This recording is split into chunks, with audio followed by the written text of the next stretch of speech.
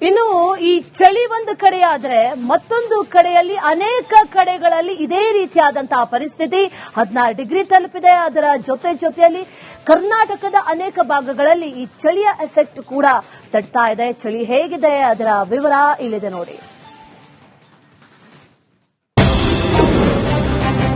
ದಿತ್ವಾ ಅಬ್ಬರಕ್ಕೆ ತತ್ತರಿಸಿದ ದ್ವೀಪ ರಾಷ್ಟ್ರ ಶ್ರೀಲಂಕಾ. ಲಂಕಾದಲ್ಲಿ 218 ಸಾವು, 200ಕ್ಕೂ ಹೆಚ್ಚು ಜನ ನಾಪತ್ತೆ. ಶ್ರೀಲಂಕಾ ದಿತ್ವಾ ಚಂಡಮಾರುತದ ಅಬ್ಬರಕ್ಕೆ ಅಕ್ಷರಶಃ ನಲುಗಿ ಹೋಗಿದೆ. ಈ ಭೀಕರ ಸೈಕ್ಲೋನ್ಗೆ ಬಲಿಯಾದವರ ಸಂಖ್ಯೆ 200ರ ಗಡಿ ದಾಟಿದೆ. ಒಂದು ವರದಿ ಪ್ರಕಾರ ಸಾವಿನ ಸಂಖ್ಯೆ 218ಕ್ಕಿಂತ ಹೆಚ್ಚಾಗಿದೆ. ಸುಮಾರು 200ರಿಂದ 250 ಮಂದಿ ಕಾಣೆಯಾಗಿದ್ದಾರೆ. ಕಳೆದ ಕೆಲ ದಿನಗಳಿಂದ ಭಾರೀ ಮಳೆ, ಗಾಳಿ, ಪ್ರವಾಹ, ಭೂಕುಸಿತಗಳು ಸಂಭವಿಸುತ್ತಲೇ ಇದ್ದು ಲಕ್ಷಾಂತರ ಮನೆಗಳು ಮತ್ತು ಕುಟುಂಬಗಳು ಬಾಧಿತಗೊಂಡಿದೆ. ಶ್ರೀಲಂಕಾ ಸರ್ಕಾರವು ರಾಷ್ಟ್ರೀಯ ತುರ್ತು ಸ್ಥಿತಿ ಎಂದು ಘೋಷಿಸಿ ಸಕಲ ರಕ್ಷಣಾ ಕಾರ್ಯಾಚರಣೆಗಳನ್ನು ಕೈಗೊಂಡಿದೆ.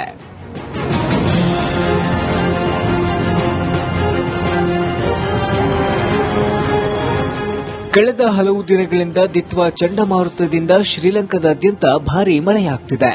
ಇತ್ತೀಚಿನ ವರ್ಷಗಳಲ್ಲಿ ಈ ದ್ವೀಪ ರಾಷ್ಟ್ರ ಕಂಡ ಅತ್ಯಂತ ಭೀಕರ ನೈಸರ್ಗಿಕ ವಿಕೋಪ ಇದಾಗಿದೆ. ಈ ಸಂದರ್ಭದಲ್ಲಿ ಶ್ರೀಲಂಕಾಗೆ ರಕ್ಷಣಾ ಕಾರ್ಯದಲ್ಲಿ ನೆರವಿನ ಹಸ್ತ ಚಾಚಿದ ಮೊದಲ ದೇಶವೇ ಭಾರತವಾಗಿದೆ.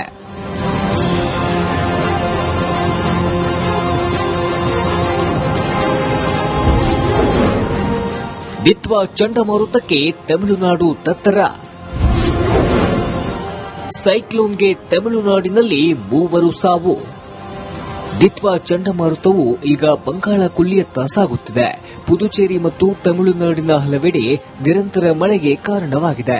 ರಾಮನಾಥಪುರಂ, ನಾಗಪಟ್ಟಣಂ ಮೊದಲಾದ ಜಿಲ್ಲೆಗಳಲ್ಲಿ ಭಾರೀ ಮಳೆಯಾಗುತ್ತಿದೆ.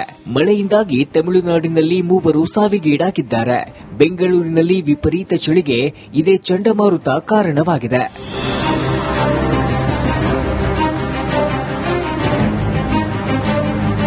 ತಮಿಳುನಾಡಿನ ಕರಾವಳಿ ಜಿಲ್ಲೆಗಳಲ್ಲಿ 14 ತಂಡಗಳನ್ನು ಫೆಡರಲ್ ತುರ್ತುಪಡೆ ನಿಯೋಜಿಸಿದೆ.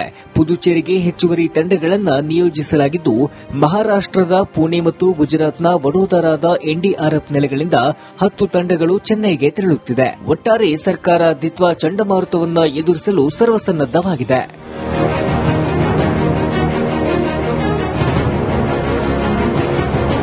ಕಳೆದ 2 ದಿನದಿಂದ ಬೆಂಗಳೂರಲ್ಲಿ ಮೈಕೊರೆಯುವ ಚಳಿ, ಮೋಡ ಕವಿದ ವಾತಾವರಣ. ಬೆಂಗಳೂರು, ಮಡಿಕೇರಿ, ಚಿಕ್ಕಮಗಳೂರನ್ನ ನೆನಪು ಮಾಡಿಸಿತ್ತು. ವೀಕೆಂಡ್ನಲ್ಲಿ ಔಟಿಂಗ್ ಹೋಗುವ ಜನ ಇವತ್ತು ಮನೆಯಲ್ಲೇ ಬೆಚ್ಚಗೆ ಕೂತು ಬಿಟ್ಟಿದ್ರು. ಇದೇ ವಾತಾವರಣ ಇಂದು ಮುಂದುವರಿಯಲಿದ್ದು ಕರ್ನಾಟಕದ 6 ಜಿಲ್ಲೆಗಳಲ್ಲಿ ಇದೇ ವಾತಾವರಣ ಇರಲಿದ್ದಂತೆ. Bureau report, Republic Kannada.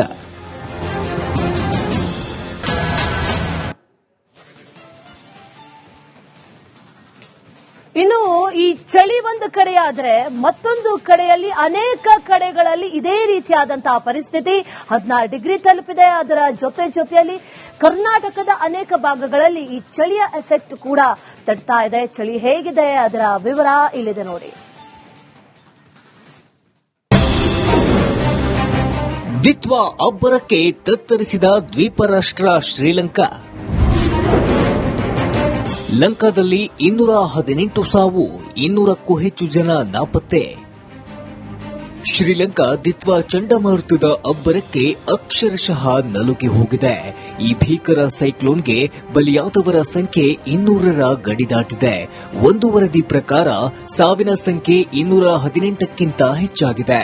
ಸುಮಾರು 200ರಿಂದ 250 ಮಂದಿ ಕಾಣೆಯಾಗಿದ್ದಾರೆ. ಕಳೆದ ಕೆಲ ದಿನಗಳಿಂದ ಭಾರೀ ಮಳೆ, ಗಾಳಿ, ಪ್ರವಾಹ, ಭೂಕುಸಿತಗಳು ಸಂಭವಿಸುತ್ತಲೇ ಇದ್ದು ಲಕ್ಷಾಂತರ ಮನೆಗಳು ಮತ್ತು ಕುಟುಂಬಗಳು ಬಾಧಿತಗೊಂಡಿದೆ. ಶ್ರೀಲಂಕಾ ಸರ್ಕಾರವು ರಾಷ್ಟ್ರೀಯ ತುರ್ತು ಸ್ಥಿತಿ ಎಂದು ಘೋಷಿಸಿ ಸಕಲ ರಕ್ಷಣಾ ಕಾರ್ಯಾಚರಣೆಗಳನ್ನು ಕೈಗೊಂಡಿದೆ.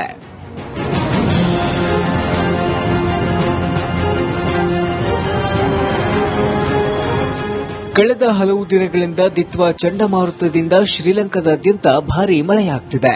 ಇತ್ತೀಚಿನ ವರ್ಷಗಳಲ್ಲಿ ಈ ದ್ವೀಪ ರಾಷ್ಟ್ರ ಕಂಡ ಅತ್ಯಂತ ಭೀಕರ ನೈಸರ್ಗಿಕ ವಿಕೋಪ ಇದಾಗಿದೆ. ಈ ಸಂದರ್ಭದಲ್ಲಿ ಶ್ರೀಲಂಕಾಗೆ ರಕ್ಷಣಾ ಕಾರ್ಯದಲ್ಲಿ ನೆರವಿನ ಹಸ್ತ ಚಾಚಿದ ಮೊದಲ ದೇಶವೇ ಭಾರತವಾಗಿದೆ.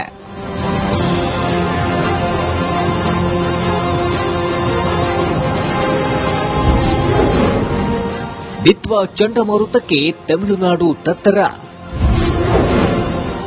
ಸೈಕ್ಲೋನ್ಗೆ ತಮಿಳುನಾಡಿನಲ್ಲಿ 3 ಸಾವು.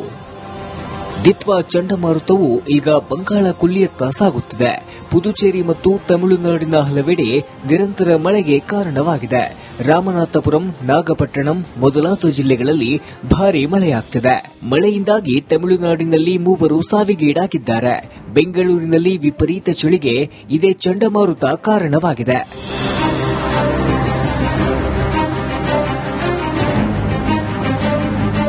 ತಮಿಳುನಾಡಿನ ಕರಾವಳಿ ಜಿಲ್ಲೆಗಳಲ್ಲಿ 14 ತಂಡಗಳನ್ನು ಫೆಡರಲ್ ತುರ್ತುಪಡೆ ನಿಯೋಜಿಸಿದೆ.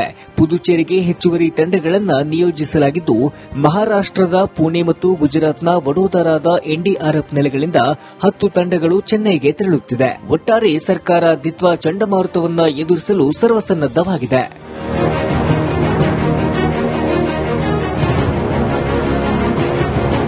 ಕಳೆದ 2 ದಿನದಿಂದ ಬೆಂಗಳೂರಲ್ಲಿ ಮೈಕೊರೆಯುವ ಚಳಿ, ಮೋಡ ಕವಿದ ವಾತಾವರಣ. ಬೆಂಗಳೂರು, ಮಡಿಕೇರಿ, ಚಿಕ್ಕಮಗಳೂರನ್ನ ನೆನಪು ಮಾಡಿಸಿತ್ತು. ವೀಕೆಂಡ್ನಲ್ಲಿ ಔಟಿಂಗ್ ಹೋಗುವ ಜನ ಇವತ್ತು ಮನೆಯಲ್ಲೇ ಬೆಚ್ಚಗೆ ಕೂತು ಬಿಟ್ಟಿದ್ರು. ಇದೇ ವಾತಾವರಣ ಇಂದು ಮುಂದುವರಿಯಲಿದ್ದು, ಕರ್ನಾಟಕದ 6 ಜಿಲ್ಲೆಗಳಲ್ಲಿ ಇದೇ ವಾತಾವರಣ ಇರಲಿದ್ದಂತೆ. Bureau report, Republic Kannada.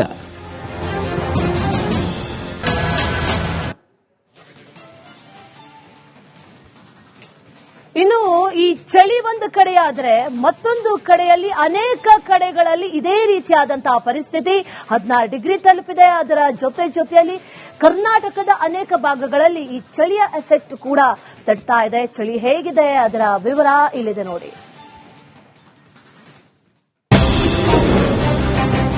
ದಿತ್ವಾ ಅಬ್ಬರಕ್ಕೆ ತತ್ತರಿಸಿದ ದ್ವೀಪ ರಾಷ್ಟ್ರ ಶ್ರೀಲಂಕಾ. ಲಂಕಾದಲ್ಲಿ 218 ಸಾವು, 200ಕ್ಕೂ ಹೆಚ್ಚು ಜನ ನಾಪತ್ತೆ.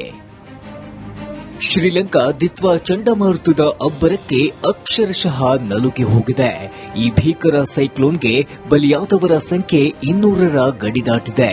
ಒಂದು ವರದಿ ಪ್ರಕಾರ ಸಾವಿನ ಸಂಖ್ಯೆ 218ಕ್ಕಿಂತ ಹೆಚ್ಚಾಗಿದೆ.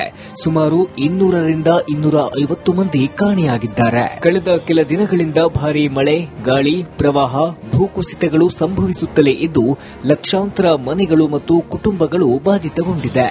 ಶ್ರೀಲಂಕಾ ಸರ್ಕಾರವು ರಾಷ್ಟ್ರೀಯ ತುರ್ತು ಸ್ಥಿತಿ ಎಂದು ಘೋಷಿಸಿ ಸಕಲ ರಕ್ಷಣಾ ಕಾರ್ಯಾಚರಣೆಗಳನ್ನು ಕೈಗೊಂಡಿದೆ.